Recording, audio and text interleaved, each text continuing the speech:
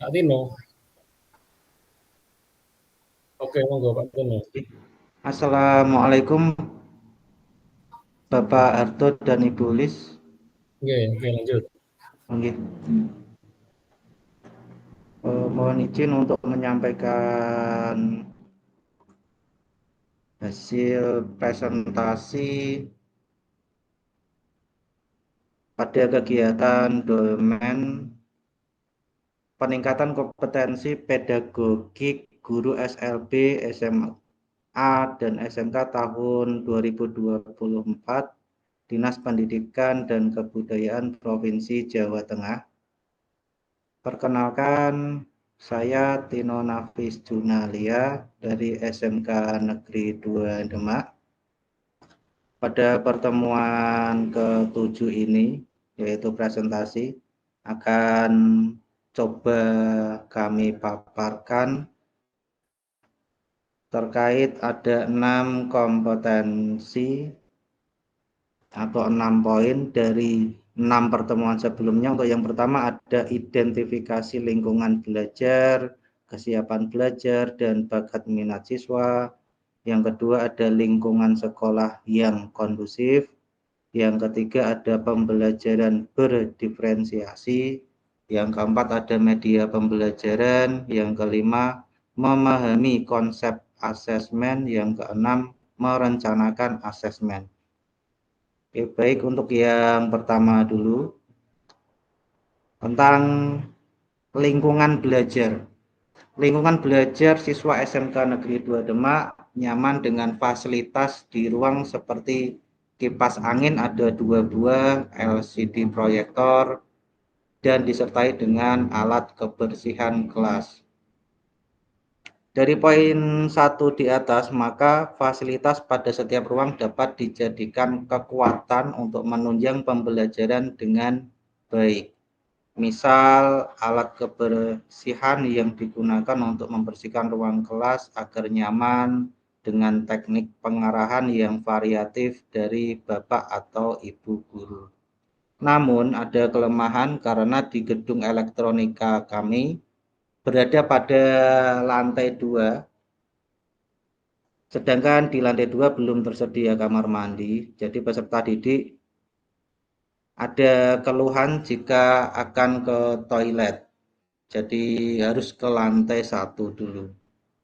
Dan juga ketika akan praktek itu harus mengambil alat di lantai 1. Dengan memberikan pemahaman bahwa dengan adanya kelemahan di dalam pembelajaran dapat dikaitkan dengan sikap project penguat profil pelajar Pancasila. Dimensinya bergotong royong. Jadi untuk bersama-sama mengambil alat sebelum praktek. Lalu kesiapan belajar peserta didik SMK Negeri 2 Demak, motivasi belajar peserta didik setiap kelas berbeda, seperti ada beberapa peserta didik yang semangat, kurang semangat, maupun tidak semangat sama sekali. Yang kedua, mencoba untuk melaksanakan pembelajaran yang inovatif, seperti materi dan mengerjakan soalnya yang sudah digitalisasi.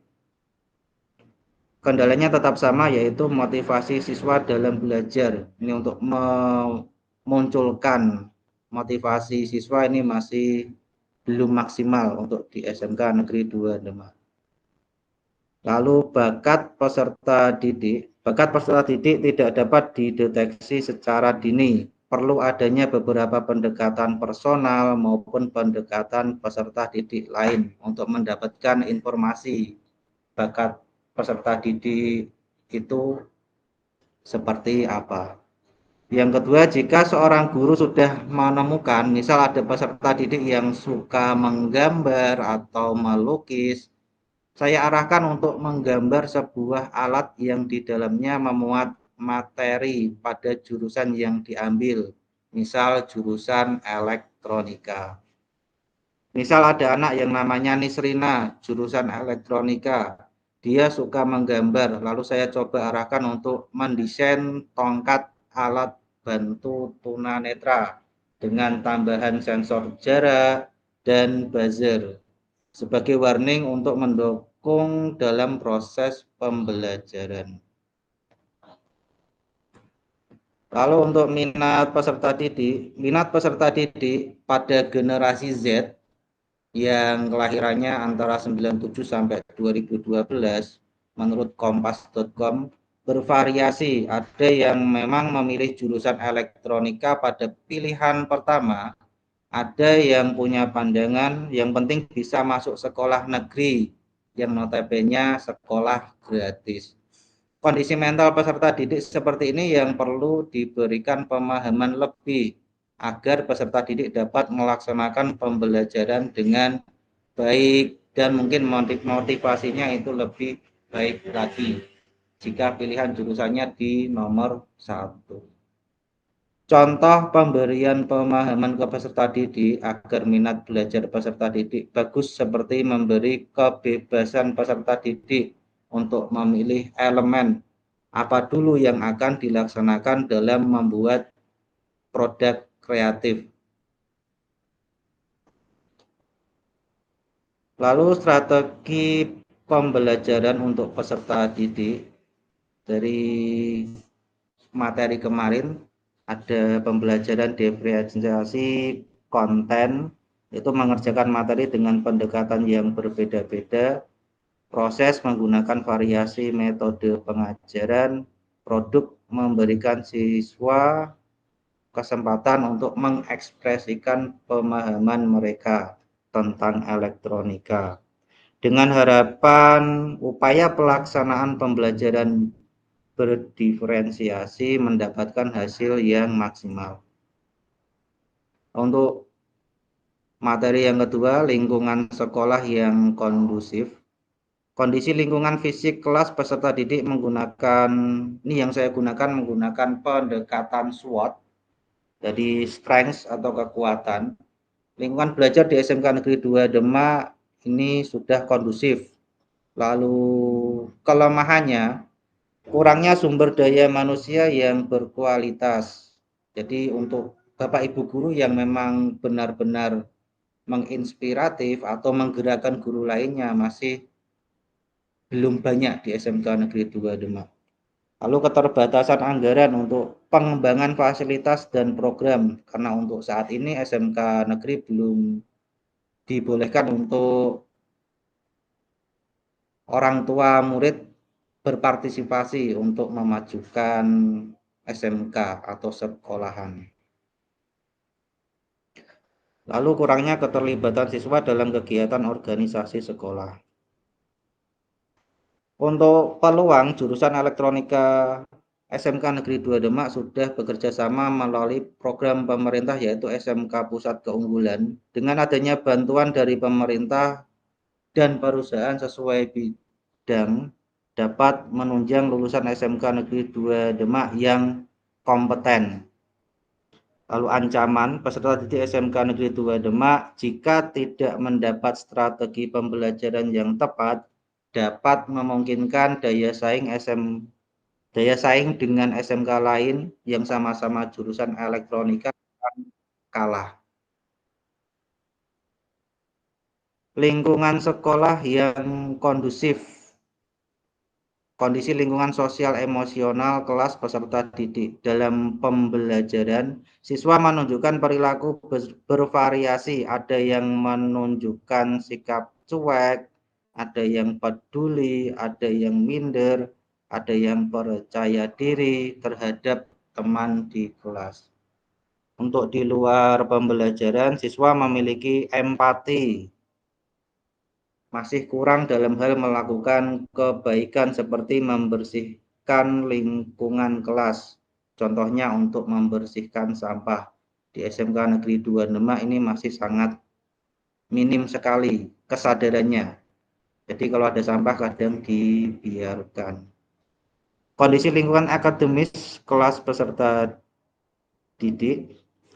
Ukuran ruang kelas, tata letak ruang kelas, fasilitasnya internet, fasilitas perpustakaan, suhu udara di ruang kelas kurang maksimal karena menggunakan kipas. Kalau di lantai 2 menggunakan kipas, dalam pembelajaran di siang hari anak-anak sudah mulai menurun konsentrasinya. Hubungan antara peserta didik dan guru masih mencoba melaksanakan 5S. Senyum, salam, sapa, sopan, dan santun. Ini masih belajar untuk bisa mengimplementasikan program 5S di SMK Negeri 25. Lalu strategi untuk peserta didik agar aman, nyaman, bahagia, sejahtera, menerapkan psikologi positif, mengajarkan nilai-nilai seperti kejujuran, kerjasama, dan empati kepada siswa, membantu memahami pentingnya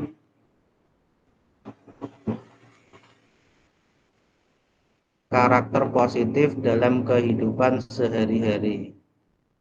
Kriteria sekolah aman untuk anak, memberikan rasa aman untuk bebas berekspresi. Sekolah menerapkan cara belajar yang menyenangkan. Hubungan sosial antara guru, siswa harmonis, dan penerapan pendidikan karakter, yaitu P5, salah satu program keunggulan pemerintah. Untuk pembelajaran berdiferensiasi, capaian pembelajaran yang saya gunakan yaitu komponen elektronika aktif dan pasif pada akhir fase E, karena ini di kelas 10, peserta didik mampu memahami komponen elektronika pasif dan aktif, membaca nilai komponen sesuai kodenya, mengenal hukum elektronika dasar, contoh hukum Ohm, hukum Kirchhoff, dan yang lainnya. Untuk materi, komponen aktif dan pasif. Untuk tujuan pembelajaran, peserta didik dapat memahami komponen aktif dengan benar.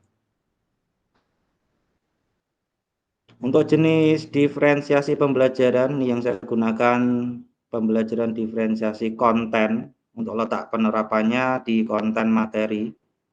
Caranya dengan membuat materi sesuai dengan konsentrasi keahlian elektronika. Lalu diferensiasi di bagian proses. Letak penerapannya di kegiatan pembelajaran selama KBM berlangsung. Untuk cara penerapannya, peserta didik dengan kesulitan belajar dibantu dengan tutor sebaya. Jadi nanti yang lebih menguasai bisa membantu temannya yang belum begitu menguasai materi tersebut. Lalu untuk media pembelajaran yang digunakan yaitu komponen aktif dan pasif. Tujuan pembelajaran saya pilih satu, yaitu peserta didik dapat memahami komponen aktif dengan benar.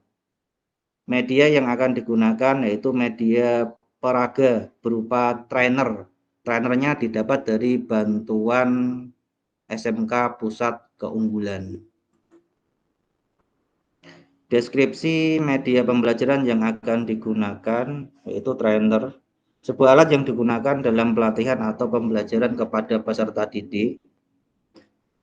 Dalam konteks elektronika, trainer dasar elektronika merupakan salah satu jenis alat peraga yang digunakan untuk membantu memahami konsep dasar komponen aktif elektronika.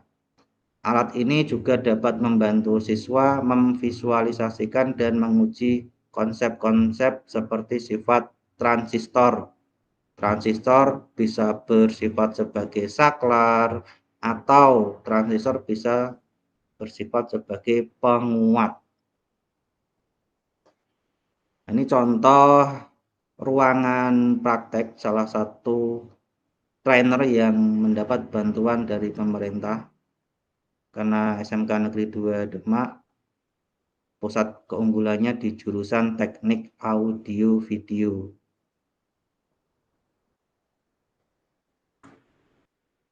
Alasan dan keunggulan media. Dengan adanya alat peraga diharapkan siswa lebih bisa menyerap materi komponen aktif dengan baik setelah melakukan praktikum.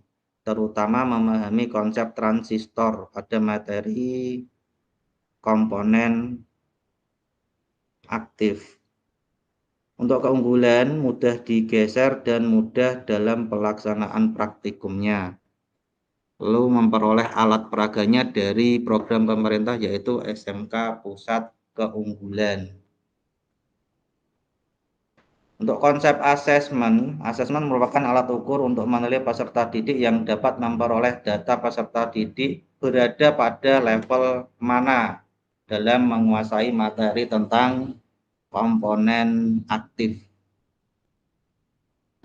Jenis asesmennya itu ada formatif dan sumatif, tetapi di sini mungkin saya pilih di yang sumatif yang dilaksanakan di akhir penyampaian materi.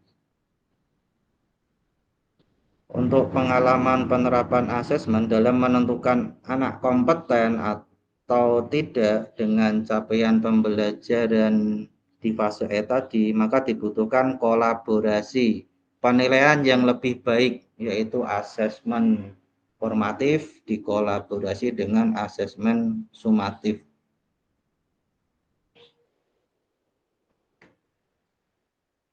Untuk capaian pembelajaran masuk ke materi yang terakhir, merencanakan asesmen.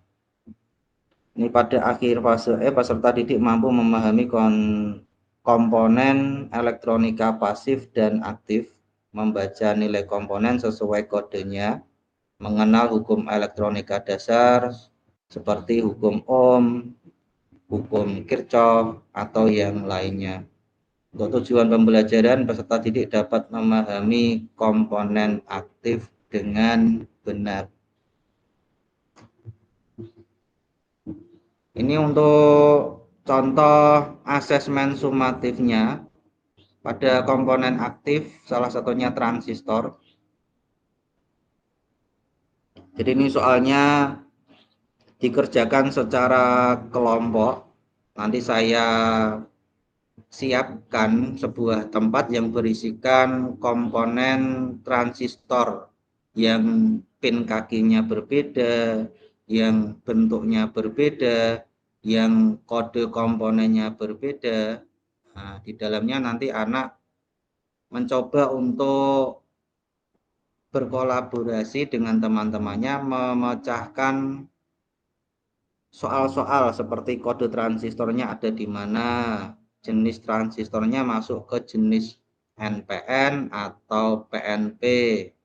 Lalu peserta didik ditugaskan untuk menggambar transistor dan posisi kakinya itu seperti apa. Di sini ada BCE. Jadi BCE ini adalah basis, kolektor, dan emitor. Jadi kaki transistor basis di mana, kaki transistor kolektor di mana, kaki transistor emitor di mana. Nah, di sini untuk soal yang kedua masih sama tentang transistor, materinya komponen aktif. Di sini lebih ke membedakan pada komponen aktif transistor ini mana yang NPN, mana yang PNP.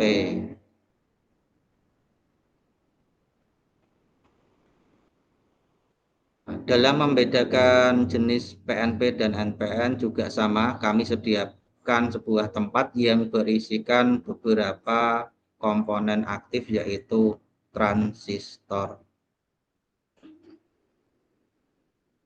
Untuk soal yang kedua, berikutnya di sini ada rubrik asesmen kegiatan pembelajaran komponen aktif pada komponen transistor. Ini ada aspeknya proses pengerjaan tugas kelompok. Di sini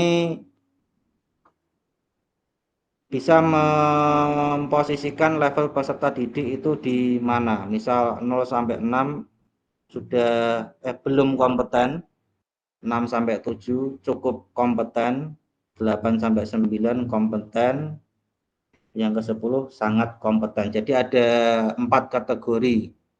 belum kompeten, cukup kompeten, kompeten, lalu sangat kompeten.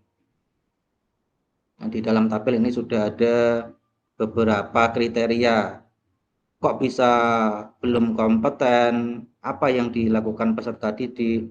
Kok bisa kompeten? Apa yang dilakukan peserta didik? Untuk remediasi atau mungkin peserta didik yang belum kompeten nanti diarahkan lagi ke soal yang dikerjakan secara berkelompok lagi. Dari soal 1, mengidentifikasi jenis transistor dan urutan kaki. Ini transistornya saya tentukan 5 buah. Yang kedua, melakukan pengukuran pada transistor, mengidentifikasi kerusakan transistor. Nah, ini hampir sama dengan asesmen yang tadi.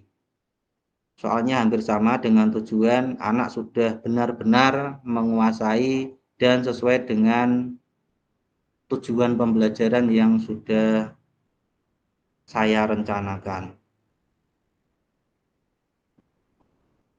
Mungkin presentasi saya cukup sekian. Mohon masukan dan dukungan dengan teman-teman kelas 2B niki. Mungkin ada yang perlu diperbaiki, Ibu Bapak.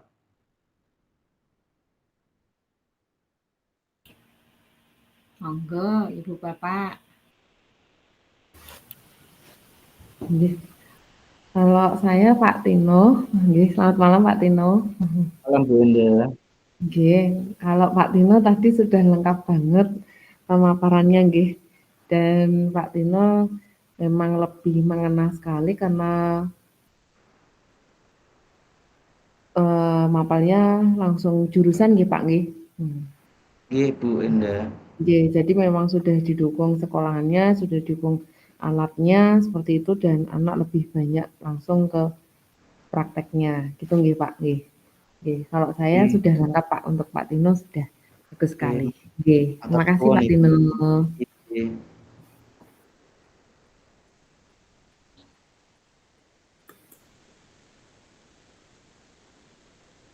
Ada lagi yang lain?